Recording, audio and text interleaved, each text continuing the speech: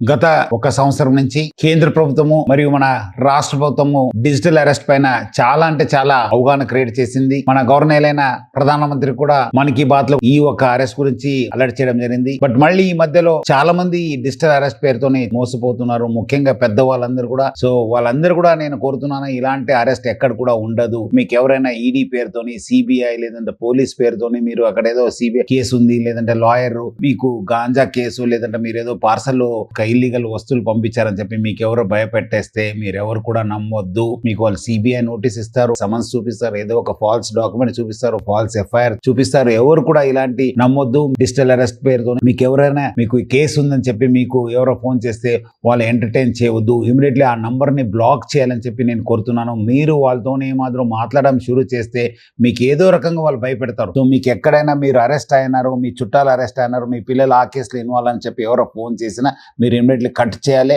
ఆ నంబర్ ని బ్లాక్ చేయాలని చెప్పి కోరుతున్నాను. ముఖ్యంగా పెద్ద వాళ్ళందరూ కూడా వాళ్ళ పిల్లలు అలర్ట్ చేయాలి. చాలా మంది పెద్ద వాళ్ళందరూ కూడా వాళ్ళు ఉన్న రిటైర్మెంట్ బెనిఫిట్స్ కావచ్చు, కొన్ని డిపాజిట్స్ లక్షల్లో కాదు కోట్లో మోసపోతున్నారు. ప్రజలందరూ కూడా ఈ డిజిటల్ అరెస్ట్ పైన నేను అలర్ట్ చేస్తున్నాను. ప్రజలందరూ కూడా అలర్ట్ ఉండాలి. ఈ ఒక సురక్షిత హైదరాబాద్ చేయాలని చెప్పి అందరూ కూడా కోరుతున్నాను.